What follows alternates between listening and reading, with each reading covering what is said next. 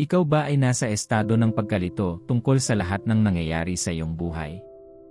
Matagal ka nang nagdarasal ngunit hindi ka sigurado kung dininig ka ng Diyos. Gusto mo bang malaman ang mga palatandaan na ang Diyos ay kumikilos sa iyong buhay? Kung gayon ang video na ito ay para sa iyo.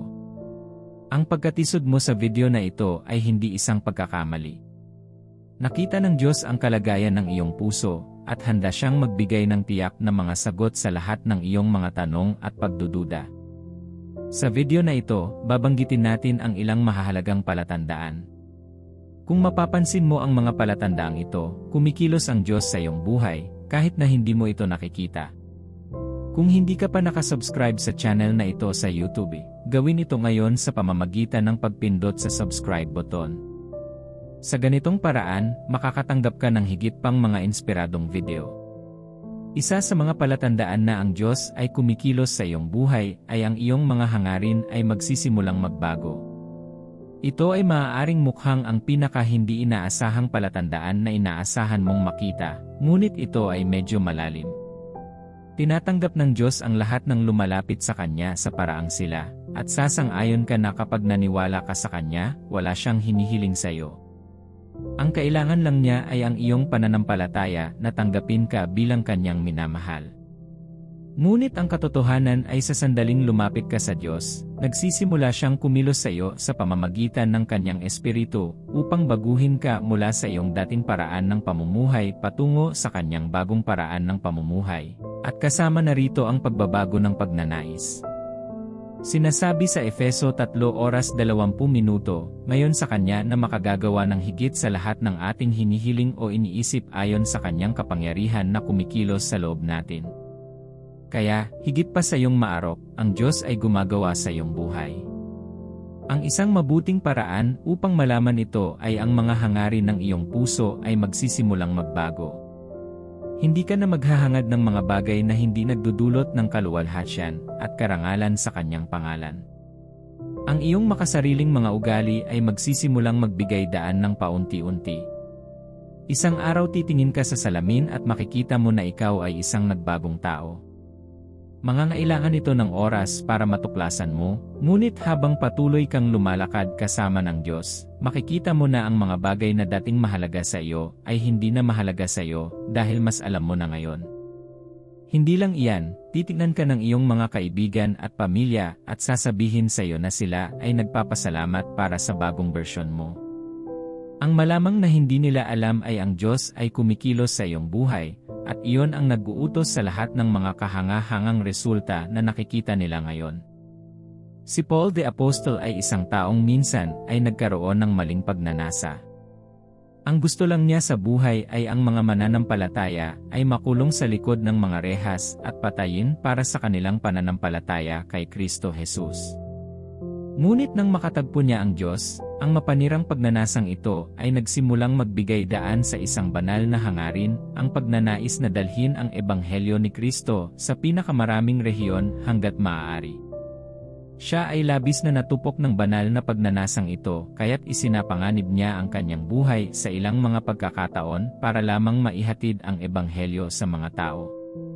Maaaring hindi eksakto ang disenyo mo gaya ng kay Paul, ngunit maaari mong mapansin na mas totoo na ngayon ang iyong mga hangarin para sa mga tao.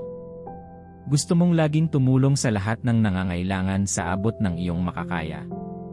Binigyan ka ng kabaitan at mabuting pakikitungo, pag-aalaga sa mga tao at pagsasakripisyo ng iyong oras, pagsisikap at mga mapagkukunan upang matiyak na sila ay okay at pinangangalagaan. Hindi ito ang gagawin ng dating. Kilala ka noon sa iyong pagiging makasarili at makasarili, ngunit ngayon ay kilala ka na ng lahat bilang ang pinakamahabag na tao. At alam mo na hindi ito isang pagtatangka sa iyong bahagi na pasayahin ang sinuman o gumawa ng magandang impresyon. Ito ay isang hindi mapaglabanan na pagnanais na tumulong sa iba. Kung gayon, ito ay isang palatandaan na ang Diyos ay gumagawa sa iyong buhay. Ang isa pang palatandaan na ang Diyos ay kumikilos sa iyong buhay ay ang kabanalan at banal na pamumuhay ay naging kaakit-akit sa iyo.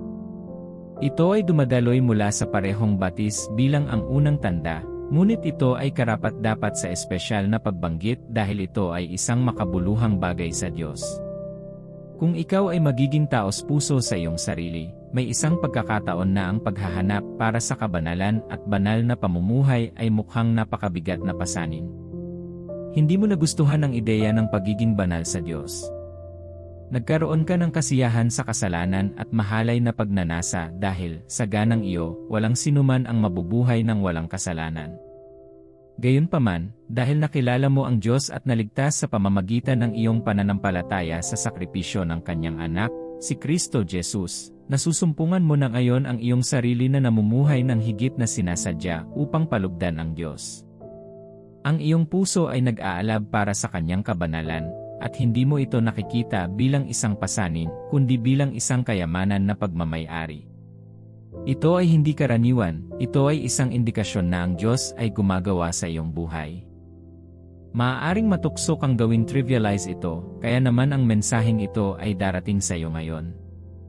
Kahit na tila walang kagila-gilalas na nangyayari sa iyong buhay, ang katotohanan na ikaw ay naakit sa banal na pamumuhay ay isang patotoo na hindi ka iniwan ng Diyos sa iyong sarili. Siya ay aktibong gumagawa sa iyong buhay. Dinadala ka sa isang lugar ng tangkad at lakas kung saan maaari mong tamasahin ang iyong buong mana sa Kanya. Sinasabi sa Roma 12:1, kaya't ipinamamanhi ko sa inyo, mga kapatid, alang-alang sa awa ng Diyos, na ihandog niyo ang inyong mga katawan bilang mga handog na buhay, banal at kalugod-lugod sa Diyos. Ito ang inyong espiritual na pagsamba.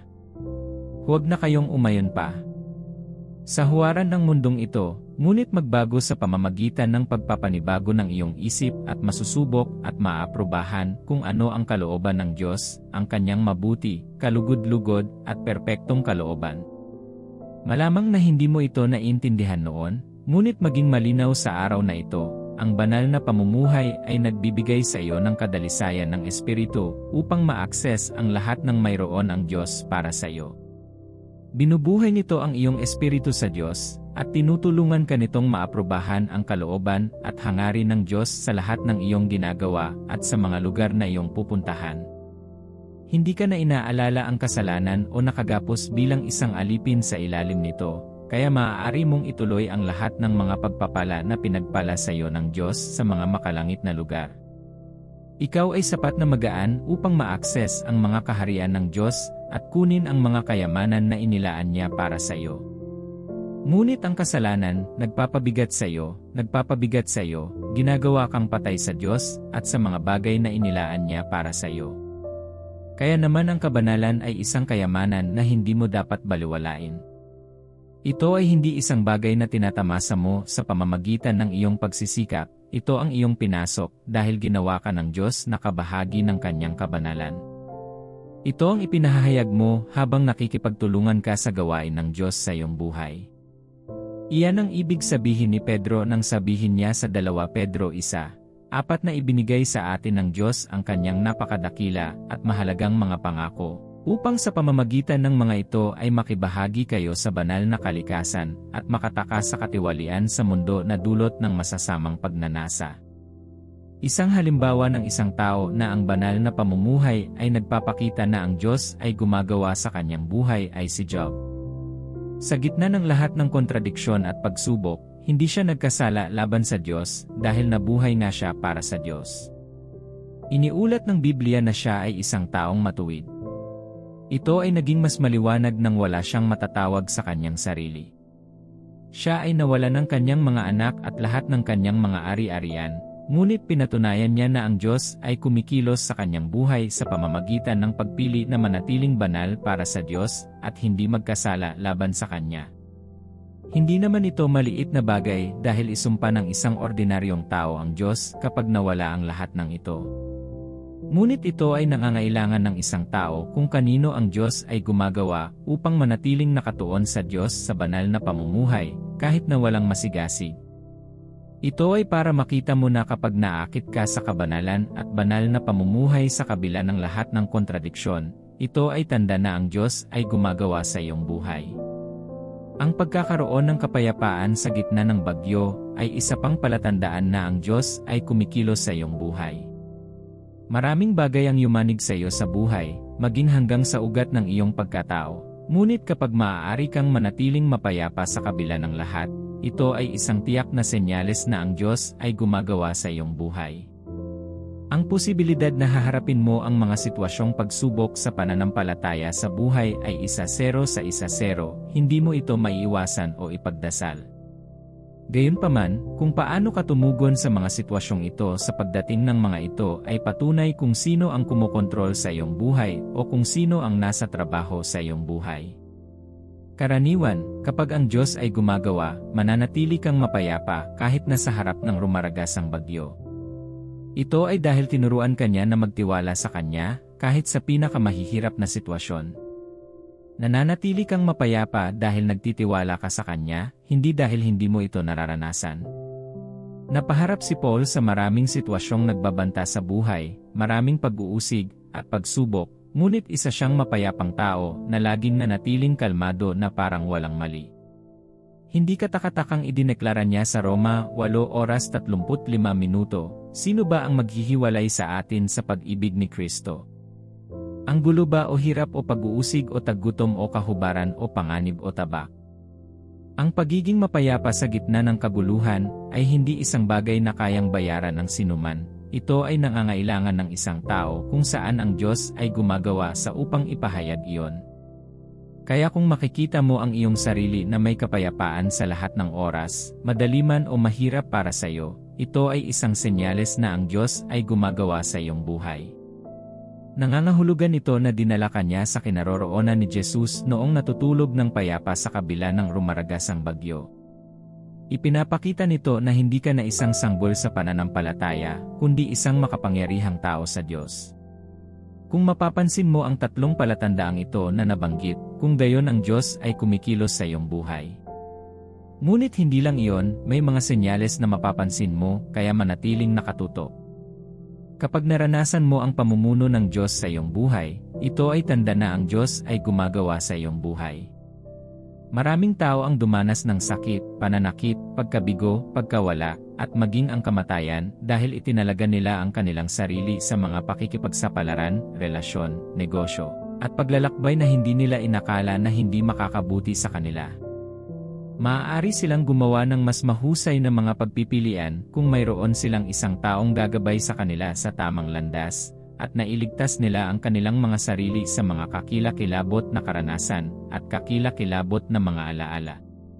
Kaya kung nasiyahan ka sa pamumuno ng Diyos sa bawat lugar ng iyong buhay, ito ay isang palatandaan na ang Diyos ay gumagawa sa iyong buhay. Bilang siya ang mabuting pastol, akayin ka niya sa mabuting pastulan, ilalayo ka sa panganib, at bibigyan ka niya ng kapayapaan at ginhawa. Kapag pinamunuan ng Diyos, ang iyong buhay ay magiging mas maganda, may layunin, kasiyasya, at may epekto. Alam mo ng eksakto kung ano ang gagawin, kung saan pupunta, kung ano ang dapat ipuhunan, kung ano ang iwasan, kung ano ang gagawin, kung sino ang pagpapalain, kung anong mga asosasyon ang dapat panatilihin, kung ano ang alok na tatanggapin, kung ano ang alok na tanggihan, kung sino upang kasosyo, at iba pa. Maaaring magmukhang normal ito sa iyo, ngunit iyon ay dahil ang Diyos ay kumikilos sa iyong buhay. Ang pag-alam kung paano nakakadismaya ang buhay ng mga taong hindi nagtatamasa ng pambihirang pribilehiyong ito na pamunuan ng Diyos. Hindi mo ba nakilala ang mga taong naging negatibo sa buhay dahil ang lahat ng inaasahan nila ay tumama sa kanila ng husto sa mukha ng hindi inaasahang pagbabalik?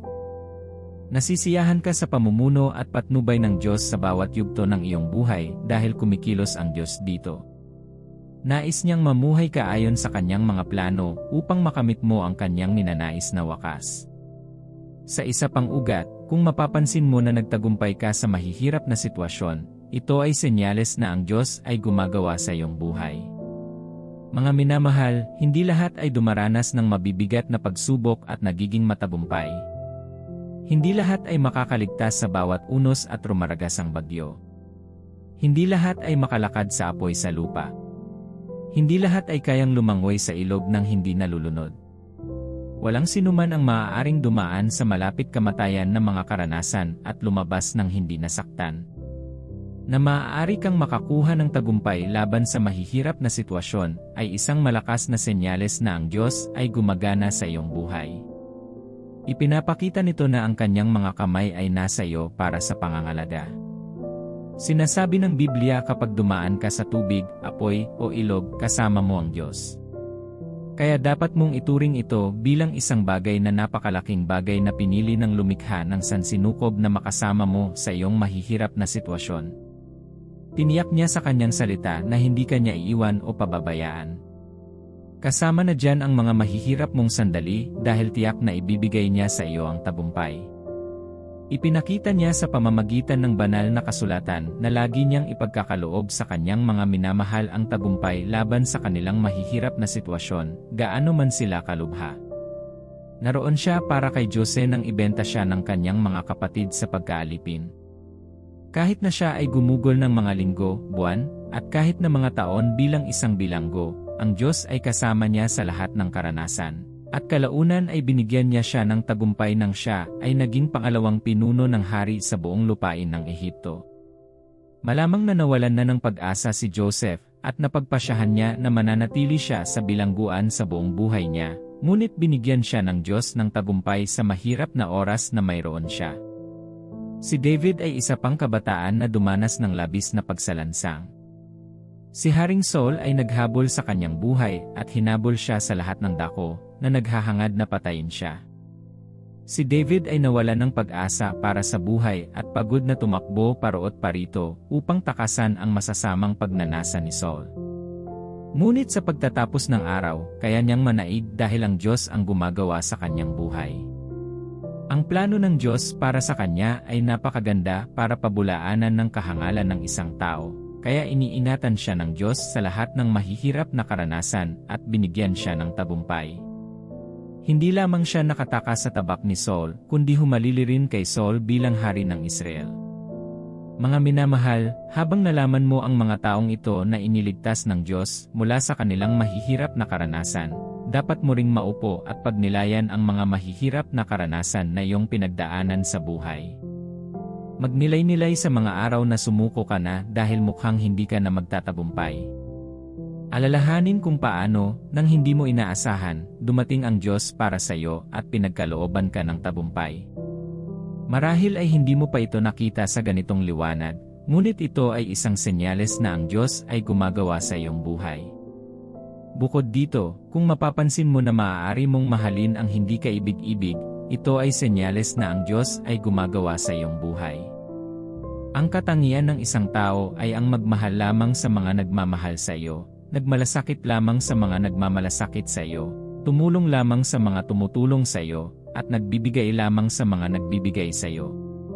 Naturally, ang iyong likas na pagkatao ay nagsasabi sa iyo na kamuhian ang mga napupuot sa iyo, maging malupit sa mga nagtrato sa iyo na parang basura, at hamakin ang mga humahamak sa iyo. Ngunit bilang anak ng Diyos, kapag kumikilos ang Diyos sa iyong buhay, magkakaroon ka ng kakayahang mahalin ang hindi kaibig-ibig. Ito ay dahil ang iyong isip ay nabago ng Espiritu at ng salita ng Diyos. Ang pag-ibig ay likas ng Diyos, at ipinapahayag niya ang parehong kalikasan sa iyo kapag mahal mo ang hindi kaibig-ibig.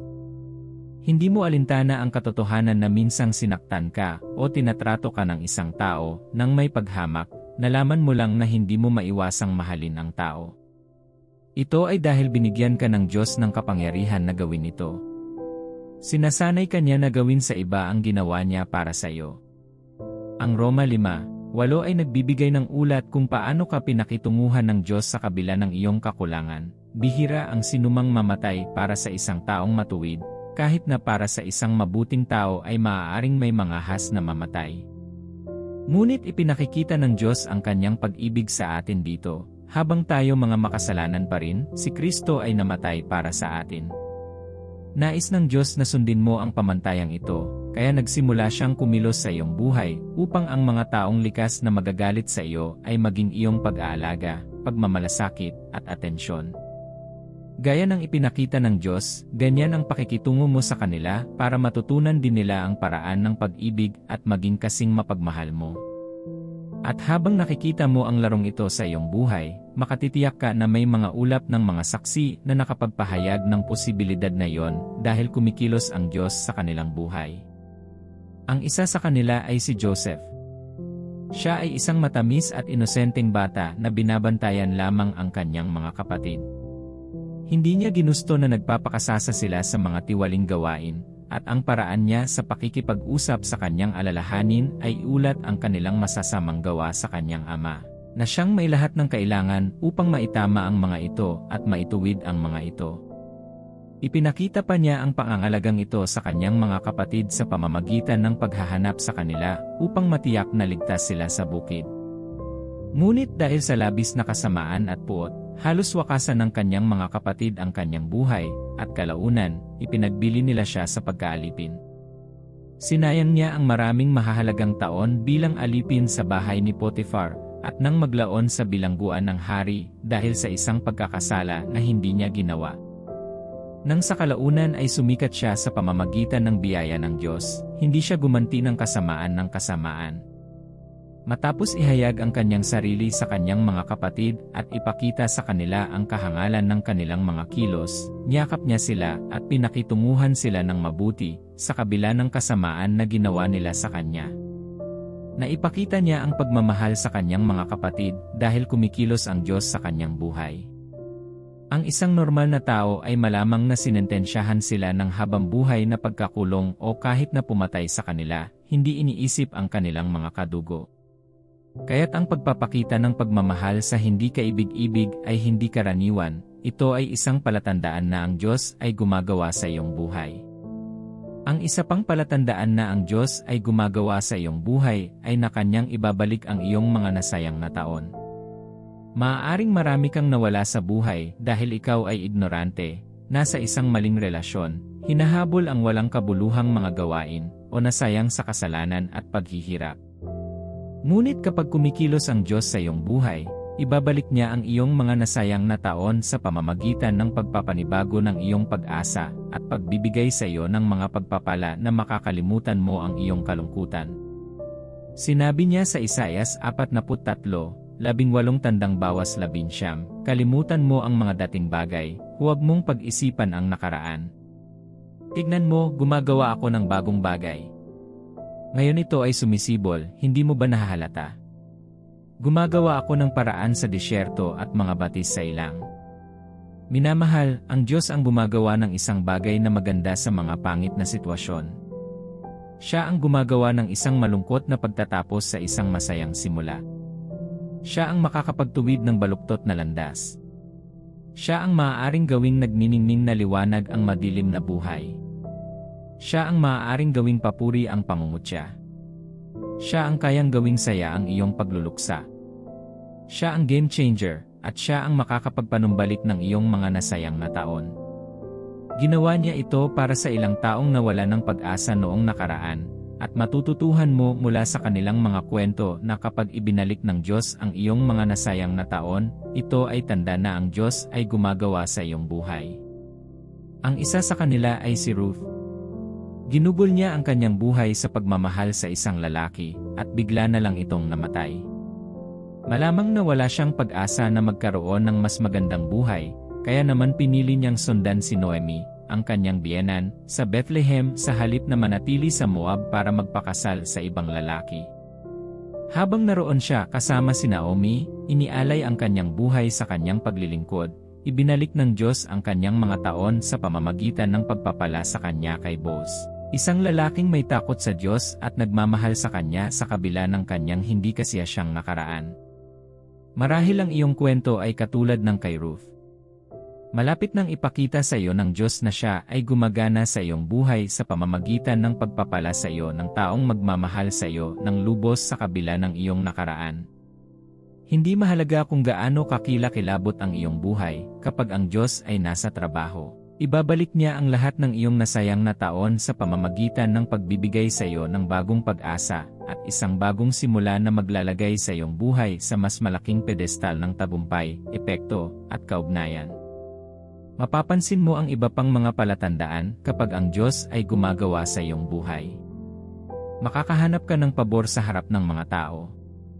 Ito ay isang malinaw na palatandaan na ang Diyos ay gumagawa sa iyong buhay. Ang mga bagay na pinaghihirapan ng iba ay magiging mas madali para sa iyo dahil tinatamasa mo ang pabor ng Diyos. Palagi mong makikita ang iyong sarili ng isang pagbubukod kung saan ang mga tao ay karaniwang kailangang sumunod sa ilang mga protokol o kung saan ang mga tao ay tinanggihan ng tulong. Ito ay dahil may isang atraksyon na inilagay ng presensya ng Diyos sa iyong buhay na nagtutulak sa mga lalaki na tulungan ka.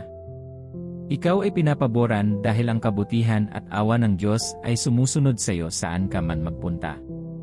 Kapag kumikilos ang Diyos sa iyong buhay, mabubuhay ka sa realidad ng Roma 8:28 na nagsasabing, at alam natin na sa lahat ng bagay ay gumagawa ang Diyos para sa ikabubuti ng mga umiibig sa Kanya, na tinawag ayon sa Kanyang layunin. Si Esther ay isang figura na kilala sa pabor sa kasulatan. Siya ay isang alipin lamang na walang dapat ipagmalaki, maliban sa Diyos. Ngunit dahil mayroon siyang Diyos, nasiyahan siya sa iba't ibang okasyon. Bilang isang aliping babae, bilang isa sa maraming kababaihan na nagpatala upang maging reyna ni Haring Xerxes, si Esther lamang ang hindi gumawa ng karagdagang milya upang maging kalugod-lugod o kaakit-akit sa hari. Gayunpaman, gumawa siya ng marka dahil kumikilos ang Diyos sa kanyang buhay. Narito ang turn ng kaganapan sa Esther 2:17. Ngayon ang hari ay naakit kay Esther ng higit kaysa sa sinumang iba pang mga babae, at nakuha niya ang kanyang pabor at pagsang-ayon ng higit kaysa alinman sa iba pang mga birhen. Kaya't siya ay naglagay ng isang maharlikang korona sa kanyang ulo at ginawa siyang reyna sa halip na si Vashti. Sa kabila ng kanyang mababang background at pagiging simple sa paglapit sa hari, mas pinili siya ng hari higit sa lahat dahil ang Diyos ay gumagawa sa kanyang buhay. Minamahal, hindi masyadong kailangan para makuha ang puso ng mga tao. Hindi mo kailangang suhulan ang iyong paraan sa isang posisyon o maglaro ng dirty para makuha ang kontratang iyon. Ang kailangan mo lang gawin ay ilagay ang iyong tiwala at pagmamahal sa Diyos, at hihikayatin niya ang mga tao na pabor sa iyo dahil siya ay gumagawa sa iyong buhay. Ang isa pang palatandaan na mapapansin mo kapag ang Diyos ay gumagawa sa iyong buhay ay na siya ay magdadala ng may layuning pakikipagkaibigan at relasyon sa iyong buhay. Ito ay dahil ang ilang mga bagay na gagawin ng Diyos para sa iyo ay ginawa ng mga kamay ng tao, at kaya ipinapadala niya ang mga ito sa iyong paraan bilang pisikal na katibayan ng kung ano ang kanyang ginagawa sa iyong buhay. Ang mga lalaking ito ay tatayo sa tabi mo sa hirap at ginhawa dahil sila ay nasa iyong buhay sa pamamagitan ng orkestrasyon ng Diyos. Ito ang tinamasa ni David noong siya ay hari sa Israel. Kahit na ang ilang tao ay sumama kay Absalom, ang kanyang anak, na umagaw sa kanyang kaharian, ang mga lalaking ipinadala sa kanya ng Diyos noong siya ay isang taka sa ilang ay tumayo sa tabi niya at tinulungan siyang manatiling malakas sa kanyang mga araw ng matinding pagsubok. Kaya't kapag iniisip mo kung gumagana ang Diyos sa iyong buhay, tumingin sa paligid mo at tingnan ang may layuning mga relasyon na dinala niya sa iyo. Ang mga ito ay pisikal na pagpapatibay na ang Diyos ay kumikilos sa iyong buhay. Manalangin tayo. Ama, nagpapasalamat ako sa iyong pagmamahal at awa sa akin. Salamat dahil hindi mo ako iniwan o pinabayaan. Nagpapasalamat ako na ang salitang ito ay dumarating sa akin ngayon. Hinihiling ko na bigyan mo ako ng pangunawa upang makilala ko ang mga palatandaan na ikaw ay gumagawa sa aking buhay. Tulungan mo akong lumago sa kaunawaan at paghahayag upang hindi ako magduda sa iyong gawain sa aking buhay. Naway gabayan ako ng iyong espiritu sa lahat ng katotohanan, at naway tumanggap ako ng biyaya na sumunod sa iyo ng buong puso. Dalangin ko, O Panginoon, na iayon mo ang aking mga hangarin sa iyo. Tulungan akong makita kung paano mo nakikita, mag-isip gaya ng iniisip mo, at kumilos ayon sa iyong pagkilos. Hayaang punuin ng iyong pag-ibig ang aking puso na walang kahirap-hirap na ipahahayag ko ito habang nakikipag-usap ako at nakikipag-ugnayan sa iba. Kung paanong minahal mo ako at namatay para sa akin, kahit na hindi ko ito karapat-dapat, tulungan mo akong magmahal ng iba, maging ang mga hindi kaibig-ibig. Ang kabanalan ang nagtataas at ang kasalanan ang nagpapababa sa atin. Hinihiling ko, Panginoon, na tulungan mo akong mamuhay sa kabanalan habang nakikibahagi ako sa iyong banal na kalikasan. Hayaan ang aking buhay at ang aking mga kilos ay maging katanggap-tanggap sa harap mo araw-araw. Ama, tulungan mo akong ilayo ang aking tingin sa hindi naging maganda sa nakaraan. Nais kong ituon ang aking tingin sa iyo upang makita at yakapin ang kabaguhan na dinadala mo sa akin. Sa bawat lugar ng aking buhay kung saan ako ay sumuko at nawala ng pag-asa, hayaan mo akong tanggapin ang iyong pagpapanibago ngayon. Habang isinulat mong muli ang salaysay ni Ruth at Naomi, muling isulat ang sarili kong kwento ngayon at hayaan itong maging isang mapangakit na piraso ng kung paano mo ginagawang kagandahan ang abo. At habang ginagawa mo ito, hayaang mapuno ng iyong kapayapaan ang aking puso. Mahal na Panginoon, marami akong kinakaharap na sitwasyon. Sa iyong awa, bigyan mo ako ng tagumpay laban sa kanila ngayon. Habang iniligtas mo si David mula sa mga sitwasyong malapit ng mamatay at tinulungan mo si Joseph na malampasan ang kanyang mga taon ng pagdurusa sa pagkaalipin, dumaan ka para sa akin ngayon. Hayaan mong maranasan ko ang iyong pabor sa lahat ng bahagi ng aking buhay, tulad ni Esther. Hayaang mabuksan sa akin ang mga saradong pinto, at pagpalain ako ng may layuning mga relasyon, tulad ng ginawa mo para kay David. Salamat, Panginoon, sa iyong pakikinig sa akin. Sa pangalan ni Jesus, dalangin ko, Amen. Mga minamahal, hindi mo kailangang mag-alinlangan na ang Diyos ay gumagawa sa iyong buhay. Ang pag-ibig niya sa iyo ay higit sa maiisip mo, at dahil mahal ka niya, lagi siyang gumagawa sa iyong buhay, kahit na hindi mo ito nakikita. Ngunit kapag napansin mo na ang iyong mga pagnanasa ay mas mabuti at banal, kapag napansin mo na ikaw ay mapayapa sa gitna ng mga bagyo, kapag nakita mo na nakakakuha ka ng pagpapanumbalik para sa iyong mga nasayang na taon, kapag nakakuha ka ng tagumpay laban sa mahihirap na sitwasyon, kapag nakita mo na tinatamasa mo ang pabor at may layunin na mga relasyon, ito ay mga palatandaan na ang Diyos ay kumikilos sa iyong buhay. Kung nabiyayaan ka ng video na ito, pindutin ang like button, ibahagi, at mag-subscribe.